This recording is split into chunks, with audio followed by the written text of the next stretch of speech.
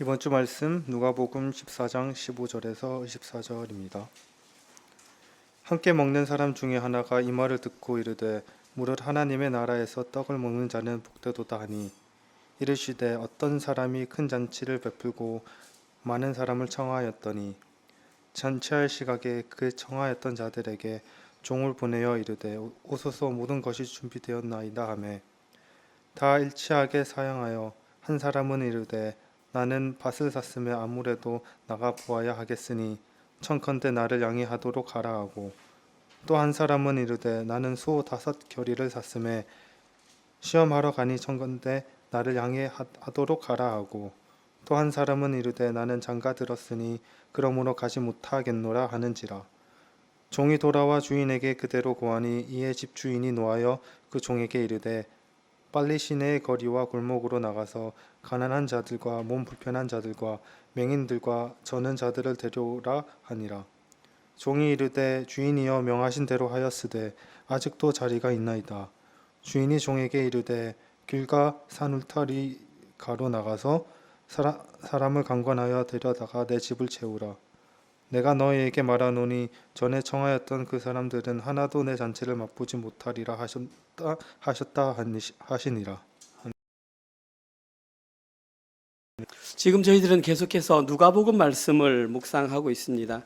누가복음 말씀에는 우리에게 익숙한 내용들이 굉장히 많이 들어 있습니다. 사복음서 가운데에 어쩌면 이방인들을 향하여 기록된 말씀이라서 그런지 그 비유들이나 내용들이 굉장히 일상생활에서 일어나는 사건들이 많이 기록되어 있습니다. 오늘 본문도 그 중에 하나입니다. 오늘 본문은 아주 유명한 본문 가운데 하나인데 저는 그런 기억이 있습니다. 어린 시절에 부모님과 함께 저희 집 주변에 있는 교회에 그냥 8살인지 9살인지 제가 교회를 나갔던 것 같습니다. 그리고 저희 교회에서 그 시간부터 결혼하고 이후까지 계속 신앙생활을 했는데 저희 교회 가장 큰 특징 중에 하나는 1년에 한 번 이웃 초청 잔치라는 것을 이렇게 벌여서 주변에 믿지 않는 가족들이나 이웃이 있으면 이렇게 다 교회로 불러 모아서 이렇게 이제 목사님이 전도를 하는 그런 시간이 있었습니다. 저희들은 목사님께서 그렇게 하실 때마다 오늘 본문 내용을 가지고 하시는 내용을 이제 들었던 기억이 있습니다. 한 번은 그런 일이 있었습니다. 그 당시 저희 교회 규모가 크지 않아서 1층, 2층으로 예배 드리면 한 300명 정도가 꽉 찹니다. 300명이면. 그런데 그때는 강조를 많이 했습니다. 그리고 선물을 좋은 걸 준비했는데 아주 고급 우산, 지금으로부터 30년 전이니까 탁 자동으로 펴지는 고급 우산을 준비하고 많이 준비했습니다. 주변 사람들 오라고 해서 미리부터 초청장을 돌리고 했는데 주일이 딱 되었습니다. 몇 명이 왔냐 하면 2,000명이 왔습니다. 그 마을에, 그 시골 마을에, 사람도 얼마 살지 않는 마을에 300명이면 꽉 차는 거기에 2,000명이 왔습니다. 그래서 오전부터 오후까지 계속 예배를 드렸던 그런 기억이 있습니다. 너무너무 놀랍지 않습니까? 더 중요한 게 그 다음 주일이 딱 되었습니다. 몇 명의 예배 드렸을까요? 우리 성도만 드렸습니다. 아무도 안 왔습니다.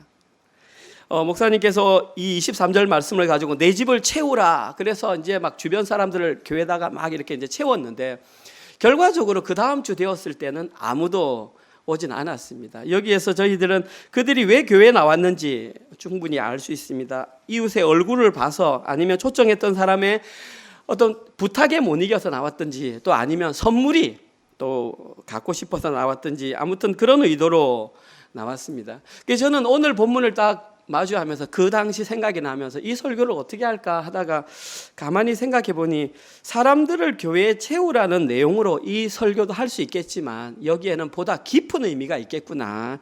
오늘은 그걸 한번 나눠봤으면 좋겠다. 오늘 보면 핵심 내용은 그것입니다. 누가 하나님 나라에 갈 수 있는가? 누가 구원을 받을 수 있는가? 누가 구원의 대상자인가? 그 내용이 오늘 본문의 핵심 내용입니다. 한마디로 말하면 15절에 있는 그 내용입니다. 함께 먹은 사람 중에 하나가 이 말을 듣고 이르되 무릇 하나님의 나라에서 떡을 먹는 자가 복되다. 오늘 본문에서는 구원받은 사람을 뭐라고 말했냐면 하나님 나라에서 떡을 먹는 사람. 그래서 오늘 설교 제목이 하나님 나라에서 떡 먹는 자입니다. 여러분들이 한번 오늘 설교를 끝내는 마지막 마무리할 때 어떤 사람이 하나님 나라에서 떡을 먹었는지 한번 여러분들이 답을 내려보십시오. 그리고 두 번째, 나는 과연 하나님 나라에서 떡을 먹는 자인지 한번 본인에게 한번 질문을 해보십시오. 어쩌면 그 전 설교도 다 중요했고 중요하지만 오늘 설교가 우리의 구원과 관련된 메시지에서 아주 중요한 내용이 아닐까 생각합니다. 오늘 뭐 첫 번째 부분에 등장하는 사람들은 처음 잔치에 초대받은 사람들입니다. 오늘 본문에는 두 종류의 사람이 등장하는데 가장 먼저 처음 잔치에 초대받은 사람들 15절에서 20절입니다. 천천히 다시 한번 읽어보겠습니다. 함께 먹는 사람 중에 하나가 이 말을 듣고 이르되 무릇 하나님의 나라에서 떡을 먹는 자는 복되도다 하니 이르시되, 예수님이 말씀하셨습니다. 어떤 사람이 큰 잔치를 베풀고 많은 사람을 청하였더니 잔치할 시각에 그 청하였던 자들에게 종을 보내어 이르되 오소서 모든 것이 준비되었나이다 하매 다 일치하게 사양하여 거절하여 한 사람은 이르되 나는 밭을 샀음에 아무래도 나가보아야 하겠으니 청컨대 나를 양해하도록 하라 하고, 또 한 사람은 이르되 나는 소 5겨리를 샀음에 시험하러 가니 청컨대 나를 양해하도록 하라 하고, 또 한 사람은 이르되 나는 장가 들었으니 그러므로 가지 못하겠노라 하는지라. 여기까지 일단 보겠습니다. 이 내용은 오늘 본문만 봐서는 조금 내용이 연결이 안 됩니다. 그래서 오늘 본문을 이해하려면 어저께 본문 내용부터 다시 봐야 합니다. 어저께 본문 14장 1절에는 제가 읽겠습니다. 어떤 내용이 있냐면 안식일이 되었는데 예수님을 한 바리새인이 자기 집으로 초대를 했습니다. 그리고 거기서 함께 밥을 먹자라고 이렇게 했습니다. 예수님은 기꺼이 그 집에 들어갔습니다. 그래서 같이 밥을 먹었습니다. 그런데 하나의 작은 문제가 발생했습니다. 그 문제가 뭐냐 하면 그때 마침 그 자리에 어떤 병자가 있었는데 그 병자가 수종병 든 사람입니다. 우리 친구들에게, 젊은 친구들에게는 좀 미안하지만 성경에 기록된 내용들이 좀 어렵습니다. 수종병, 이 수라는 것은 물수자입니다. 그리고 종은 부풀어 오른다는 뜻입니다. 그래서 몸이 물이 차서 부풀어 오는 병. 여러분들이 아실지 모르겠지만 신체가 복부에 물이 차서 신장이나 심장이나 간장을 누르면 그 압박이 몸으로 나타납니다. 그래서 특정한 사람은 다리, 특정한 사람은 팔, 어떤 사람은 복부가 이렇게 부어가지고 잘 지내지 못하는 그 병을 수종병이라고 합니다. 예수님께서 그 병을 보시고 즉시 고쳐주셨습니다. 예수님께서 그의 병을 고쳐주신 것은 전혀 문제가 되지 않습니다. 그런데 뭐가 문제가 되냐 하면 안식일에 그 일을 했다라는 것입니다. 사람들은 일부러 그 수종병자를 예수님 앞에 두고 안식일날 고치는지 안 고치는지 엿보았다고 그랬습니다. 예수님은 당연히 고쳐주었습니다. 그런데 문제는 그 자리에 앉아있던 바리새인들이 전통을 사랑하는 사람들이었습니다. 그 사람들은 진리보다도 전통이 위에 있는 사람들입니다. 그러니까 안식일에 일을 하는 것은 하나님의 뜻과 맞지 않다고 생각했던 사람들이 바로 그들입니다. 예수님은 그들의 의지와 상관없이 고쳐주셨습니다.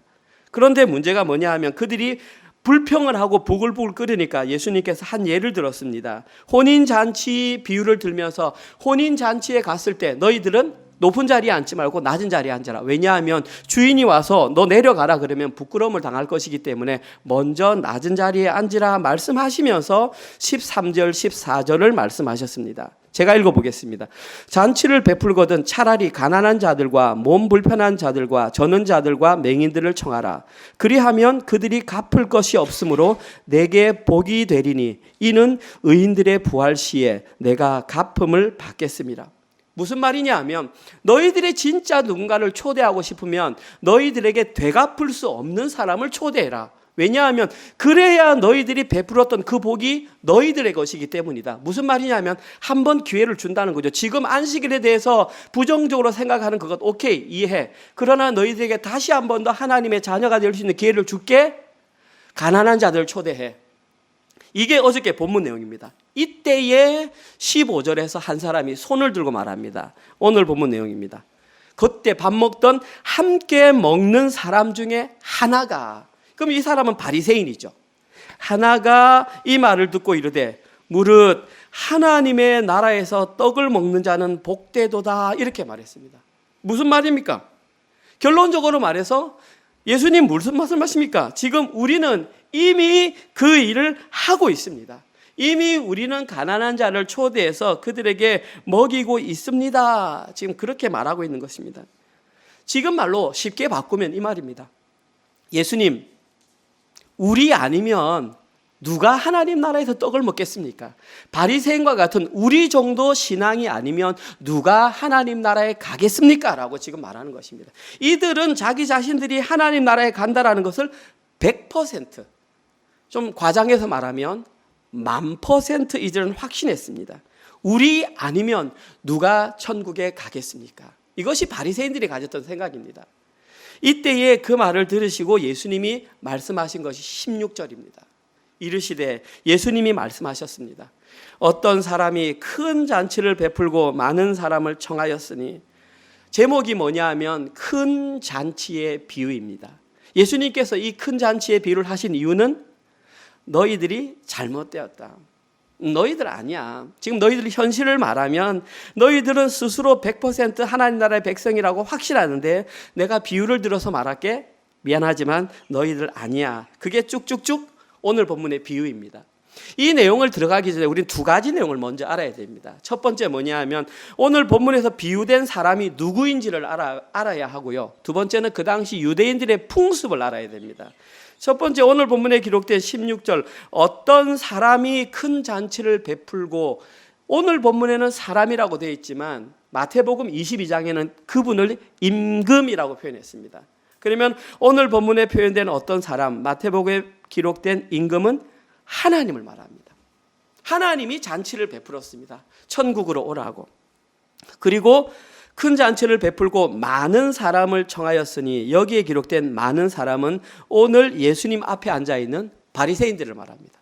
자, 그러니까 비유가 하나님께서 지금 바리새인들을 잔치자리로 초대했다. 이것이 첫 번째 우리가 알아야 될 내용입니다.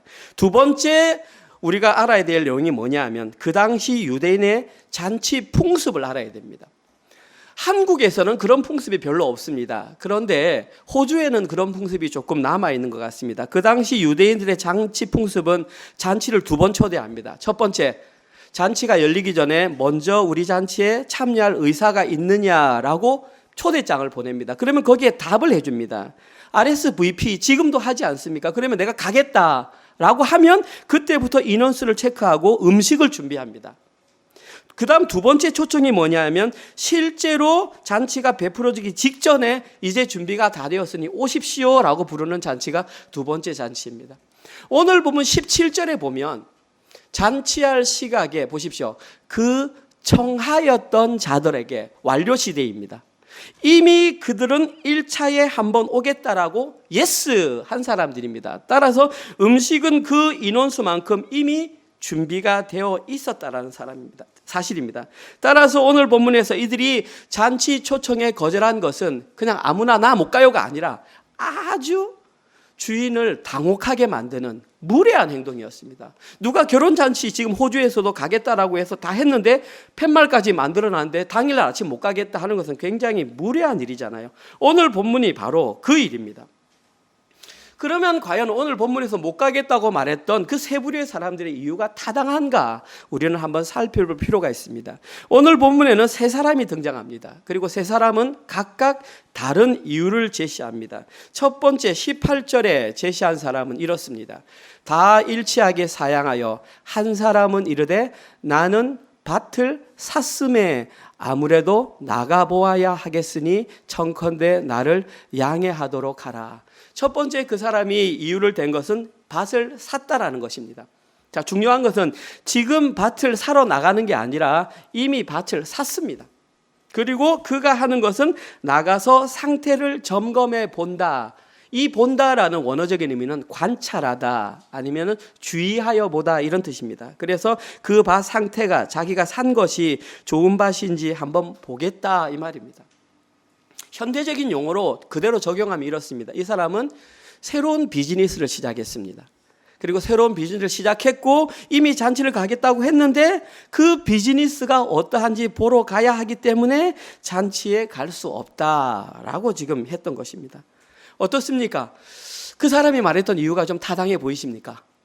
뭐 어떻게 보면 타당해 보일 수 있겠지만 이것은 완전한 핑계에 불과합니다. 왜냐하면 이미 밭을 산 거고 그 사람이 잔치에 다녀와서도 얼마든지 밭을 둘러볼 수 있기 때문에 이 사람이 제시한 것은 핑계밖에 안 됩니다. 결론적으로 말해서 주인이 초대했던 그 잔치와 자기의 비즈니스의 비교에 있어서 자기 비즈니스가 우선순위에 있었다라는 것입니다. 그 우선순위, 그 영적으로 얘기하면 구원 초대보다 자기가 사업을 하는 거기에 더 우선순위를 두었던 사람이다. 지금 그 말하는 것입니다. 오늘 본문 두 번째 거절했던 사람은 19절입니다. 또 한 사람은 이르되 나는 소 5 겨리를 샀음에 시험하러 가니 청컨대 나를 양해하도록 하라 하고, 여기에서 두 번째 거절했던 사람은 소 5 겨리를 샀다고 했습니다. 여기에 결이라고 하는 말의 원어가 뭐냐면 함께 멍에를 매다입니다. 따라서 결이는 한 쌍을 의미합니다. 이 사람은 소를 10마리를 샀습니다. 지금도 마찬가지지만 그 당시에 누군가 소 10마리를 산다는 것은 엄청난 재력가입니다. 학자들이 이렇게 조사를 해보니까 소 10마리를 이렇게 밭을 갈기 위해서는 대략적으로 10만 평 이상의 땅을 소유했던 것으로 봅니다. 아무튼 이 사람은 상당한 재력가로서 소를 샀습니다. 그리고 그것이 이 소들이 잘 가는지 안 가는지 시험해 보겠다. 도키마죠. 검사해 보겠다. 로마서에서 나왔던 고난이 인내가 연단을 할 때 그 연단이 바로 이것입니다. 그때 연단은 뭐라고 했냐면 성숙한 인격이 되다, 그렇게 말했습니다. 오늘 본문에서 그것을 시험해 보겠다, 이렇게 표현했습니다. 현대적으로 적용하면 이것이 될지 모르겠지만 아주 값비싼 소유물, 특별히 자동차로 따진다면 어쩌면 가장 비싼 자동차 중에 하나를 사지 않았을까. 그리고 그 차를 한번 시운전 해봐야 되기 때문에 나는 지금 그 초대된 잔치에 갈 수 없다라고 말하고 있는 것입니다. 마찬가지입니다. 당연히 핑계죠. 진짜 갈 수 있다면 그 차를 타고 갈 수도 있고 소를 타고 갈 수 있는 것이고 충분히 갔다 와서 시험을 할 수도 있는데, 마찬가지로 우선순위에 있어서 내가 가진 소유물이 그 사람이 초대했던 그 천국잔치보다 소중하다고 그 사람은 선택했던 것입니다. 마지막 세 번째 거절했던 사람은 20절입니다. 또 한 사람은 이르되 나는 장가 들었으니 그러므로 가지 못하겠노라 하니.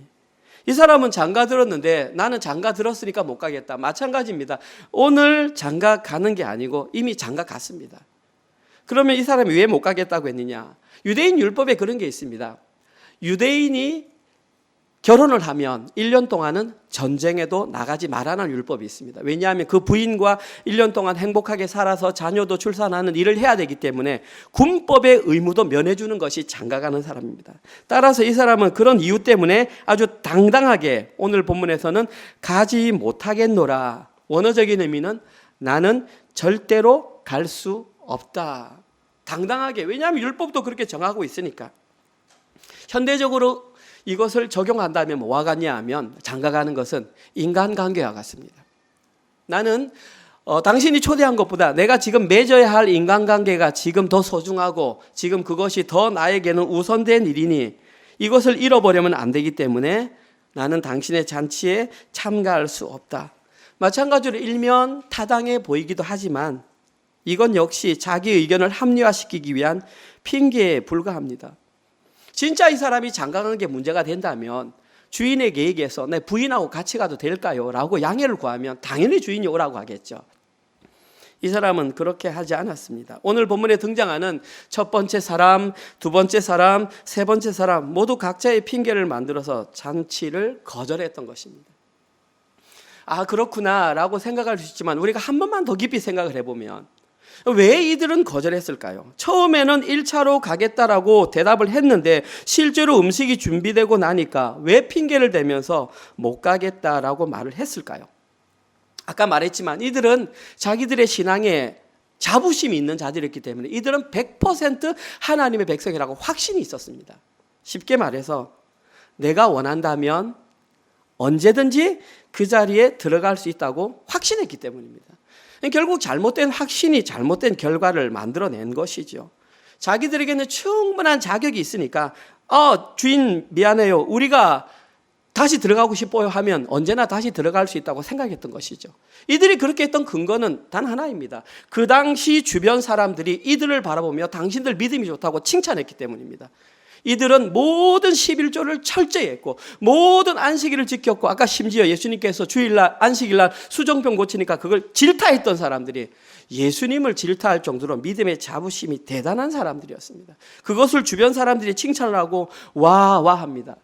그 당시 유대인의 인구가 몇 명인지 모르겠지만 바리새인의 인구는 약 몇 명인지 모르겠습니다. 수천 명에 해당되는 사람들만 그 당시에 바리새인들이었습니다. 그래서 누군가가 바리새인이 된다는 것은, 집안에서 바리새인 중에 한 명 포함된다는 것은 가문의 영광이었습니다.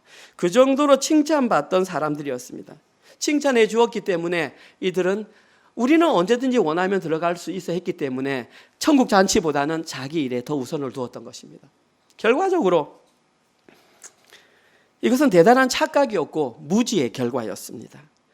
하나님 나라에 들어가서 떡을 먹는 것은 사람들의 인정이나 자기의 확신이 아니라 하나님께서 불러주시는 그 초대에 올바르게 반응하는 사람만 들어갈 수 있다는 것입니다.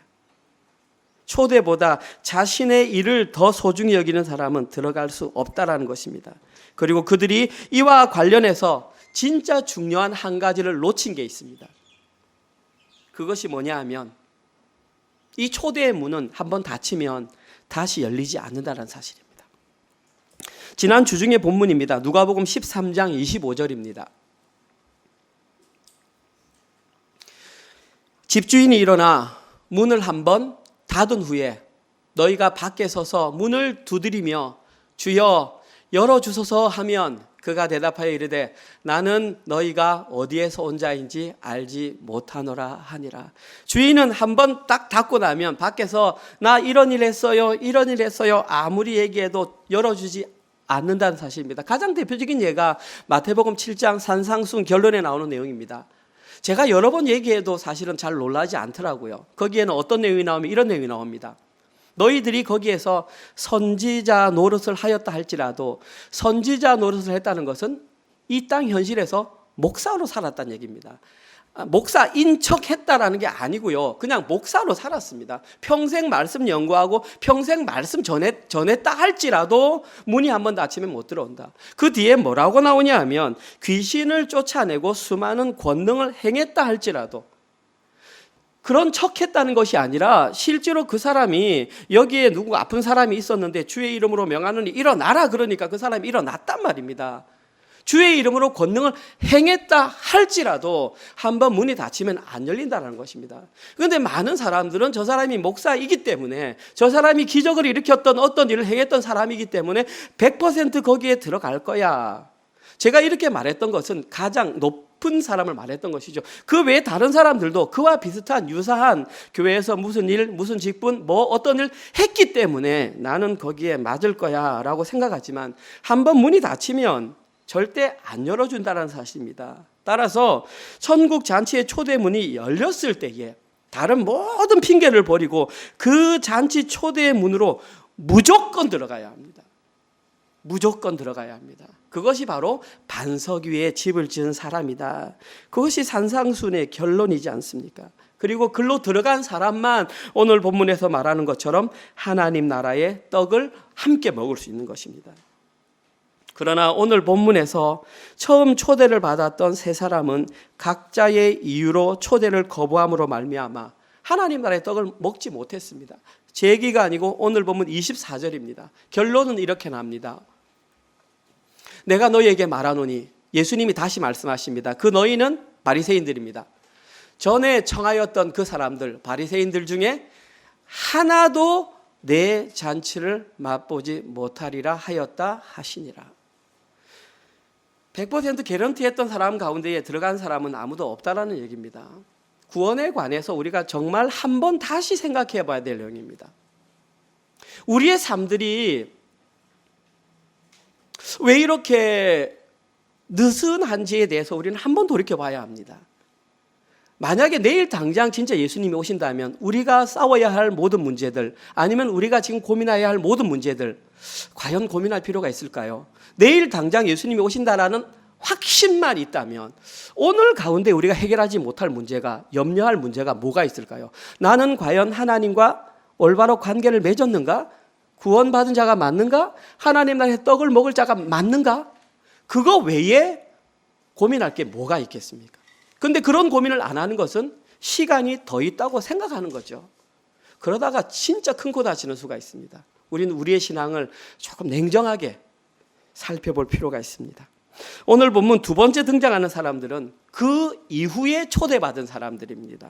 오늘 본문 방금 읽었던 뒷부분입니다. 21절에서 23절을 제가 읽어보겠습니다. 종이 돌아와 주인에게 그대로 고하니 이에 집주인이 노하여 그 종에게 이르되 빨리 시내의 거리와 골목으로 나가서 가난한 자들과 몸 불편한 자들과 맹인들과 저는 자들을 데려오라 하시니 종이 이르되 주인이여 명하신 대로 하였으되 아직도 자리가 있나이다. 주인이 종에게 이르되 길과 산 울타리로 나가서 사람을 강권하여 데려다가 내 집을 채우라. 여기에서 저희들이 가장 눈여겨볼 수 있는 것은 주인의 반응입니다. 오늘 보면 20절에 보면 21절에 종이 돌아와 주인에게 그대로 고하니 이에 집주인이 노하여. 자, 소식을 들었습니다. 1차적으로 초대를 받았던 사람들을 데리러 갔더니 다 자기 이유가 있어서 못 온다고 합니다. 그 소식을 들었던 주인이 나타낸 첫 번째 반항은 노함이었습니다. 화를 냈다는 것입니다, 주인이. 그리고 이 화는 너무나 당연한 현상입니다. 아까도 말씀드렸지만 이미 1차 때 가겠다라고 통보 의사를 밝혀서 음식을 다 준비해놨는데 지금으로 말하면 식당에서 노쇼한 거잖아요. 얼마나 엄청난 범죄입니까? 지금 마찬가지로 해놓고 안 가겠다고 하니까 그 주인이 굉장히 화가 났습니다. 주인을 모독하는 악한 행위며 무례한 행동이었습니다. 오늘 본문에는 아주 순화되어서 약하게 말하고 있습니다. 병행 구절인 마태복음 22장 7절을 보십시오.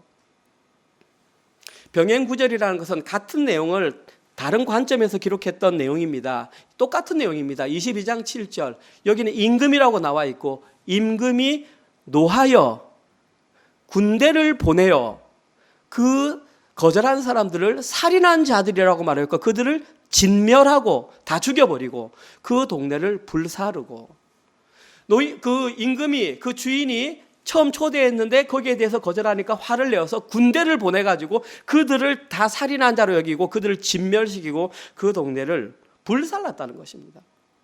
무시무시한 반응입니다. 그 임금은 자신이 베푼 자리에 처음에는 오겠다고 말했다가 나중에 불응한 자들에게 정말 할 수 있는 최대의 힘을 발휘해서 그들을 엄벌에 처했습니다. 왜 이렇게 했을까요? 참 그 임금이 고약한 임금이구나.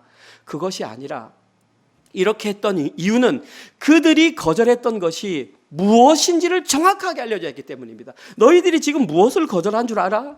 너희들은 그냥 단순히 혼인잔치에 안 간 게 아니야. 너희들은 인생에 한 번밖에 없는 그 구원의 길을 너희들의 발로 걷어찼다라는 것이야. 그리고 그 걷어찬 결과는 그에 상응한 결과로 너희들이 책임을 져야 한다. 쉽게 말해서 최후의 심판 자리에서 하나님의 반대편에 서게 된다는 것입니다. 요한계시록 21장에 기록된 그 영원한 불못에 빠지는 것이 바로 저렇게 표현된 것입니다. 따라서 우리는 그 초대를 거절한다는 것이 조금만 심각하게 생각할 필요가 있습니다. 다음 두 번째로 주인이 나타낸 두 번째 반응은 새로운 사람을 초대하는 것입니다. 그들을 일단은 제껴버리고 그 다음에 두 번째 사람들을 하는데 가장 특징적인 단어가 뭐냐 하면 21절 가운데 기록된 빨리라고 하는 단어입니다. 종이 돌아와 그들에게 고하니 이에 집주인이 노하여 그 종들에게 이르되 빨리 신속하게 타케오스 급하게 빨리 가서 다른 사람을 데려오라. 여기서 우리는 주인의 마음을 확실하게 알 수 있습니다. 시간이 많이 없다. 그 문이 닫힐 시간이 다가오고 있다. 시간의 긴급성으로 인하여 빨리 데려오라. 놀라운 사실은 그 초청 대상자의 문턱이 확실히 낮아졌다는 것입니다. 가장 먼저 어디로 가라 그랬냐면 시내와 거리의 골목으로 가라. 이 시내와 거리의 골목은 그 도시에 있는 광장을 말합니다. 그리고 골목은 사람들이 빈번하게 다니는 거리를 말합니다. 따라서 그 도시의 광장이나 사람들이 다니는 거리에 나가서 빨리 데려오라. 누구를 데려오라? 가난한 자들, 몸 불편한 자들, 맹인들, 저는 자들을 데려오라는 것입니다. 그러면 저 주인은 뭔가 좀 불편한 사람들만 좋아하시는구나 가 아니고 상징적인 의미입니다. 저기 기록된 가난한 자, 몸 불편한 자, 맹인들, 저는 자들은 무능력한 자들을 말합니다. 자기 힘으로 갚을 능력이 없는 무능력자들, 아까 제가 13절에 읽어드렸던 그 무능력자가 바로 저희들입니다. 자격이 있어서 너희들 부른 거 아니야. 너희들 하나님의 자녀로 부른 것은 너희들이 무능하기 때문이야. 갚을 능력이 없기 때문에 내가 너희들을 부른 거야. 저들은 절대 스스로의 힘으로는 구원의 문제를 해결할 수 없는 자들, 지금 그런 자들을 주인은 부르고 계신 것입니다. 그리고 오늘 본문에서는 그런 자들만 하나님 나라에서 함께 떡을 먹을 수 있어. 오늘 본문의 재미있는 사실은 그런 자들을 불렀습니다. 불렀는데도 22절에는 뭐라고 나오냐면 종이 이르되 주인이여 명하신 대로 하였는데 아직도 자리가 있나이다. 무능력한 자들을 불렀음에도 자리가 있다. 하나님의 나라는 아직 넉넉하다는 사실입니다. 더 불러와라. 그럼 누구를 불러올까요? 23절에 너희들은 길과 산울타리가로 나가서, 저기에 기록된 길과 산울타리가로 말하는 것은 그 성을 벗어나서 이 말입니다. 그 도시를 벗어나서 다른 도시를 둘러싸고 있는 그 울타리까지 가서 데려오라. 영적으로 말하면 이제 구원이 유대인의 장벽을 넘어서서 이방인의 장벽까지 넘어섰다라는 것을 말씀하고 있습니다. 이 내용은 예수님께서 마지막 부활 승천하시면서 제자들에게 명령하셨던 그 사명, 대사명과 정확하게 일치합니다. 사도행전 1장 8절. 우리 함께 읽어봅시다. 여러분 잘 아시는 내용입니다. 안 보여줘도 우리는 읽을 수 있어요. 시작. 오직 성령이 너희에게 임하시면 너희가 권능을 받고 예루살렘과 온 유대와 사마리아와 땅끝까지 이르러 내 증인이 되리라 하시니라. 아까 처음에 초대했던 사람들은 예루살렘과 속하던 사람들, 바리새인들. 두 번째 속하던 사람들은 온 유대에 속한 사람들. 지금 예수님께서 말씀하시는 것은 사마리아와 땅끝까지 이른 이방인들에게까지도 복음이 전파되어야 한다. 그 결과 지금으로부터 140여 년 전에 조선 땅에 아무런 근거가 없었던, 복음과 전혀 상관없이 살아가던 조선 땅에 복음이 전해질 수 있었고, 그 결과로 2025년 지금 이 자리에 저희들이 호주 시드니에서 함께 모여서 예배를 드릴 수 있었던 것이 바로 저 명령에 순종한 제자들의 삶 때문이었습니다. 그런데 오늘 본문에서 이와 관련해서 한 가지 확인하고 넘어갈 것이 있습니다. 그것이 뭐냐 하면 그 사람들을 불러오는 방식입니다. 오늘 보면 23절에는 이렇게 말하고 있습니다. 주인이 종에게 이르되 길과 산울타리가로 나가서 사람을 강권하여 데려오라 그랬습니다. 강권하다라는 단어는 아낭카조입니다. 이 단어는 말 그대로 강제로 데려오다, 억지로 데려오다, 강요하다 이런 뜻입니다. 그러면 많은 사람들이 의문을 갖습니다. 목사님, 그러면 주인이 종에게 이르되 길과 산울타리 나가서 사람들을 오기 싫은데도 강제로 데려다가 내 집을 채워야 하는 것이 맞습니까? 라는 의문을 가질 수 있습니다. 맞습니다. 그렇게 충분히 질문할 수 있습니다. 왜냐하면 강제로 데려다 놓는다는 것은 우리는 좋은 의미로 사용할 수 없기 때문입니다. 그럼에도 불구하고 오늘 본문에서 주인이 이 부분에서 강권하다라는 단어를 사용했던 이유는 그들이 복음과 구원에 대해서 전혀 무지하기 때문입니다.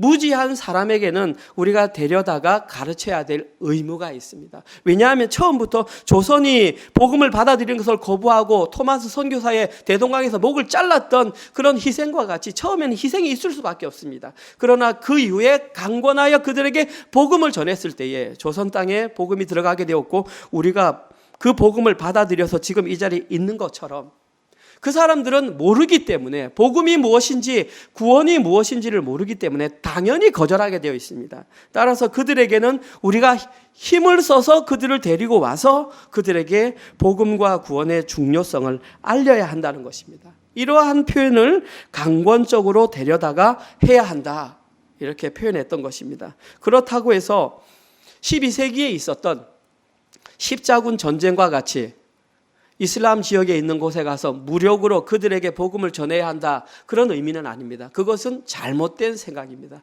지금 이 시대에도 가난한 국가에 가서 복음을 들고 가면서 그들에게 강압적으로 하는 그것은 잘못된 것입니다. 오늘 본문은 그러한 관건을 말하는 것이 아니라 그들을 향한 강한 의무감을 가져야 한다, 그런 식으로 우리에게 말했던 것입니다.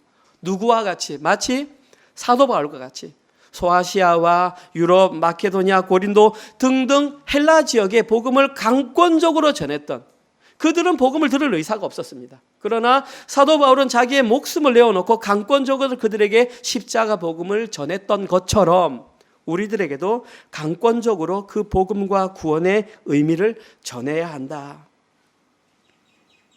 지금 이 자리에 앉아 계신 모든 분들은 복음과 구원에 대해서 잘 알고 계실 것입니다.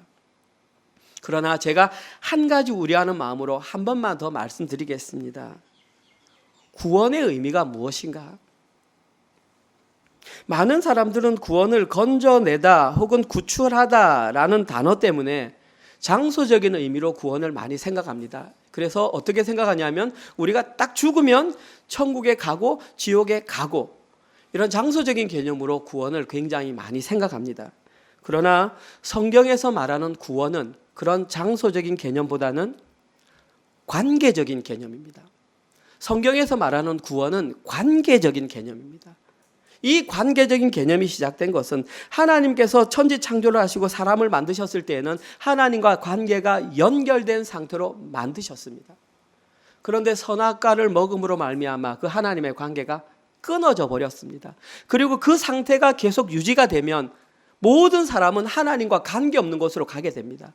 하나님께서는 그것을 보지 못하고 이 세상을 사랑하셔서 하나밖에 없는 자기 아들을 이 땅 가운데 인간의 몸을 입혀서 내려 보내주셨습니다. 그것을 우리는 성육신이라고 합니다. 그리고 그 예수님께서 인류의 모든 죄를 지시고 십자가의 죽임을 당하심으로 말미암아 죄의 문제를 해결해 주셨습니다. 그 죄 문제를 해결해 줌으로 말미암아 끊어졌던 하나님의 관계가 연결이 되었다. 우리는 이것을 구원이다, 그렇게 말합니다. 따라서 지금 이 시간부터 여러분들이 구원이 무엇인가 그냥 한 정의로 내리면 하나님과 관계가 연결된 상태가 구원이다, 그렇게 보시면 됩니다. 요한복음 1장 14절에서는 그 하나님과의 관계가 연결된 상태를 하나님의 자녀가 되는 권세를 누리게 되었다. 하나님의 자녀가 되는 권세를 누렸다는 것은 이것입니다. 하나님을 우리의 아버지로 부를 수 있는 자격이 되었다. 이 세상 가운데에 하나님을 아버지라고 부르는 사람은 없습니다. 예수님이 이 땅 가운데 오셔서 물론 구약의 아버지라는 단어가 있긴 합니다. 그러나 실제적으로 사용하신 것은 예수님이 이 땅 가운데 오셔서 하나님을 아버지라고 부르셨고 그 관계를 연결시켜 주심으로 말미암아 사도 바울은 그 예수님을 하나님의 맏아들이라고 하셨습니다. 원래는 외아들이었는데 이제는 맏아들이 되셨습니다. 왜냐하면 나머지 모든 우리가 하나님을 아버지라 부르는 형제 자매가 되었기 때문입니다. 이렇게 하나님과의 관계가 다시 연결된 상태, 그 상태를 우리는 구원이다 합니다. 그러니까 구원은 우리가 이 세상을 떠날 때 딱 죽을 때 천국과 지옥으로 갈라지는 것이 아니고 지금 이 시간에 연결되면 우리는 구원을 받은 것이고 하나님 나라를 사는 것이며 하나님 나라에서 떡을 지금도 함께 먹는 것입니다. 그걸 기억하는 것이 성찬입니다. 이 떡을 먹는 것이 오늘 카스테라 맛있네가 아니라 떡을 먹음으로 말미암아 하나님과 내가 관계가 연결되었구나, 두렵고 떨림으로 그 떡을 먹어야 한다는 것입니다. 2달에 한 번씩 은혜로 장로교회에서 하니까 오늘은 조금 포도주가 다네, 오늘은 조금 쓰네가 아니라 이것을 먹음으로 말미암아 내가 하나님과의 끊어졌던 관계가 연결되었구나, 하나님 감사합니다. 죽을 수밖에 없는 내가 연결되었구나. 고린도후서 5장 17절에서 그 관계를 너희들은 새로운 피조물이다, 너희들은 종족이 바뀌었다, 과거에는 하나님과 관계없는 자들이었다면 이제는 하나님과 관계 있는 자가 되었다. 그들이 바로 오늘 본문에서 예수님과 함께 떡을 먹은 자다. 그리고 여기에서 저희들이 반드시 알아야 할 진짜 중요한 내용은 이러한 구원이 실현되는 데에 초대받은 자들이 한 것이 아무것도 없다는 사실입니다. 오늘 본문에서 누가 초대받았냐 하면 가난한 자, 몸 불편한 자, 맹인, 전원자가 초대받았습니다. 저는 은혜로 장로교를 개척하면서부터 그들을 무엇이라고 불렀냐 하면 하나님 절대 의존적 존재라고 불렀습니다. 그들만 구원받을 수 있습니다. 그들만 하나님께 감사할 수 있다는 것입니다. 그들이 할 수 있는 유일한 한 가지 구원에 보탠 것이 뭐냐 하면 하나님의 초대에 예라고 반응한 것입니다. 하나님이 불러주실 때에 예 가겠습니다 반응한 것. 그것을 성경적인 용어로 뭐라 하냐면 믿음이다 그럽니다. 내가 확신했어. 내가 내 믿음으로 가겠어. 그게 믿음이 아니라 하나님이 불러주실 때 아이고 자격이 없는데 네. 그것을 믿음이라고 하는 것이죠. 그렇게 예수님을 믿음으로 말미암아 신분의 변화가 일어난 상태를 신학적인 용어로 칭의라고 합니다. 칭의는 그렇게 의롭게 되었다 여겨주신다, 의롭게 되었다 불러주신다. justification, 그렇게 의롭게 되었다라고 인정해 주는 것을 칭의라고 합니다. 이 교회에 있는 사람들 가운데 칭의에 대해서 아는 사람들이 굉장히 많습니다. 그런데 또 한 가지 오해가 뭐냐 하면 그럼 내가 칭의를 받았기 때문에 내 구원이 끝났구나 라고 오해하는 분들이 있다는 것입니다. 아닙니다. 칭의를 받았다는 것은 구원의 끝이 아니라 구원의 시작임을 우리에게 알려주는 것입니다. 이제 구원의 길을 걸어가야 합니다. 그 구원의 길을 걸어가는 것을 성화라고 합니다. 영어로는 sanctification이라고 합니다. 그 구원의 길을 걸어갑니다. 지난주 금요일 본문에 그렇게 말했습니다. 어떤 사람이 와서 예수님 하나님 나라에 들어가는 자가 많습니까? 예수님 뭐라고 대답했습니까? 좁은 문으로 들어가기를 힘쓰라. 동문서답 아닙니까? 그 사람이 많습니까? 그러면 많다, 적다 대답해야 되는데 예수님의 대답은 좁은 문으로 들어가기를 힘쓰라. 전혀 다른 대답을 하지 않습니까? 성화의 길을 걸어가라. 그 길을 걸어가는 것이 너희가 구원의 길을 걸어가는 것이다. 그리고 그때에 가장 자연스럽게 동반되는 현상이 고난이다. 복음과 함께 고난을 받는 교회. 이 표현을 잡아서 올해 우리 교회 고난이 이렇게 많습니까? 복음과 함께 고난을 받는 것입니다. 그 고난 속에 진주 보화가 숨겨져 있습니다. 이것은 우리의 신앙이 어떠한지를 하나님께서 우리의 신앙을 점검하는 과정일 뿐입니다. 십자가의 길, 그 좁은 길 걸어가는 것이 우리가 당연히 걸어가야 할 길입니다. 이러한 모든 과정을 도시 밖의 사람들은 알 수 없었기 때문에 그들에게는 강권하여 데리고 와서 이러한 내용을 가르쳐야 하는 것입니다. 이것이 교회의 역할, 우리의 역할이 바로 그것입니다. 그 결과 오늘 본문에 기록된 것처럼 그들이 하나님 나라의 잔치에 참여하여 예수님과 함께 떡을 먹게 되었던 것입니다. 결국 오늘 본문에서 질문이 누가 떡을 먹었는가 였지 않습니까? 여기에 대한 해답은 이후에 초대받은 자들, 자격 없는 자들, 하나님 절대 의존적 존재들, 새로운 피조물이 된 자들, 칭의가 되어서 성화의 길을 걸어가는 자들, 그들만 하나님 나라에서 떡을 먹을 수 있다. 이것이 바로 오늘 본문이 말하고 있는 구원의 메시지입니다. 이 구원의 메시지가 우리 속에 기록될 때에 구원이 그렇게 이루어지는 것이구나. 우리의 구원은 우리의 의로 되는 것이 아니구나. 우리의 힘으로 되는 것이 아니구나. 다시 한 번 더 확인하는 내용이 오늘 본문 내용입니다. 오늘 설교를 마무리하겠습니다. 오늘 설교에서 하나님 나라의 떡을 먹을 기회가 있는 사람은 두 부류였습니다. 첫 번째 부류의 사람은 바리새인들, 100% 확신했던 사람들. 혹시 우리가 여기에 해당되지는 않습니까?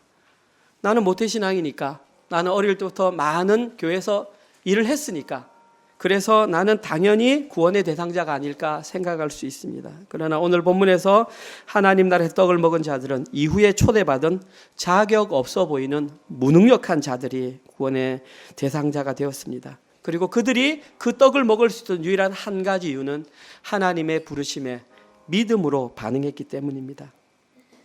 지금도 하나님 나라의 떡을 먹을 수 있는 초대의 문은 활짝 열려 있습니다. 그 자리는 넉넉합니다. 그리고 그 초대의 문이 열려 있을 때에 저희들은 반드시 그 문 안으로 들어가야 합니다. 왜냐하면 이 초대의 문은 언제 닫힐지 모르기 때문입니다. 중요한 사실은 한 번 닫힌 구원의 문은 다시 열리지 않습니다. 우리는 내일 예수님이 올지 1년 뒤에 예수님이 올지 우리는 다 아무도 알지 못합니다. 따라서 혹시 우리는 우리가 가지고 있는 비즈니스, 우리가 가지고 있는 소유물, 우리가 가지고 있는 인간관계의 소중함으로 말미암아 우선순위에서 구원이 뒤처지고 있지는 않는지 우리의 신앙을 점검해 보아야 합니다. 이때에 가장 우선한 것이 바로 우선순위를 어디에 두는가 한번 생각해 보는 겁니다. 또한 우리 주변에 아직까지 이 복음을 제대로 이해하지 못한 자가 있다면 강권하여 데리고 와서 그 복음을 전해야 합니다. 그것이 유일하게 교회에 데려오는 이유와 목적입니다. 와서 복음이 선포될 때 듣게 하고 믿음으로 반응하면 그는 하나님 나라의 백성이 되는 것입니다. 하나님께서는 이런 목적으로 시드니 서부 지역에 은혜로 장로교를 세워주셨습니다. 그런데 우리가 그 목적대로, 그 사명대로 우리가 다하지 않는다면 이 교회의 존재는 필요하지 않습니다. 하나님께서는 언제든지 촛대를 옮기실 수 있습니다. 우리가 그 목적을 제대로 이행하고 있는가, 아직 모르는 자들에게 강권하여 그들에게 복음을 전하고 있는지 우리가 한번 우리의 신앙을 점검해 보아야 합니다. 이번 한 주간 동안도 하나님이 부르시는 천국 초대 잔치에 믿음으로 반응하셔서 하나님 나라에서 생명의 떡을 예수님과 함께 먹으면서 아직까지 그 구원의 복음을 듣지 못한 자들에게 담대히 그 복음을 전하시는 모든 분들 되시기를 주님의 이름으로 축원드립니다. 아멘. 하나님 감사합니다. 누가복음 말씀을 통해서 구원의 문이 어떻게 열리는지, 또 어떠한 자가 구원의 문을 통하여 하나님 나라에 들어가서 하나님과 함께 떡을 먹을 수 있는지 또 우리에게 비유를 통하여 알려주시니 감사합니다. 하나님, 오늘 함께 말씀을 들은 우리 모든 성도님들이 하나님 그 말씀을 통하여 자신은 어디에 속하는지를 한번 점검해 보게 하시고, 오늘 우리 은혜로 교회에서 함께 드린 모든 사랑하는 성도님들은 정말 주님께서 이후에 불러주신 자들과 함께 하나님 나라에서 천국의 떡을 먹을 수 있는 모든 자들 될 수 있도록 은혜 베풀어 주시옵소서. 그들이 그 나라에 들어갈 수 있었던 것은 자기의 힘이나 자기의 공로가 아니라 오직 예수 그리스도의 십자가 공로임을 알게 되었습니다. 그 공로 의지하여 주님께서 불러주실 때에 믿음으로 반응하는 우리 사랑하는 모든 은혜로 교회 되게 하여 주시옵소서. 그러한 마음으로 하나님 한 주간 동안 열심히 일해서 벌어들인 그 수입을 하나님께 10의 1조와 주정헌금과 감사헌금과 또 세일 모임 헌금으로 하나님께 올려드렸습니다. 하나님, 이 물질이 우리의 주인이 아니라 오직 하나님이 우리의 주인임을 고백하는 신앙의 고백으로 드린 이 물질을 통하여 하나님 나라 확장을 위해서만 사용될 수 있도록 인도하여 주시옵소서. 이제는 우리 주 예수 그리스도의 은혜와 하나님의 사랑하심과 성령님의 위로교통 감화 깨닫게 하심이 구원의 문으로 부르시는 그 주님의 음성에 반응하여 신속히 그 문으로 들어가 그곳에서 예수님과 함께 떡을 먹기로 결단하는 사랑하는 모든 은혜로 교회 성도들 머리 위에와 지금 이 시간에도 세계 곳곳에 흩어져서 주의 복음을 증거하시는 사랑하는 선교사님들과 그들의 사역과 그들의 자녀들 머리 위에 지금부터 영원토록 함께 있을지어다. 아멘.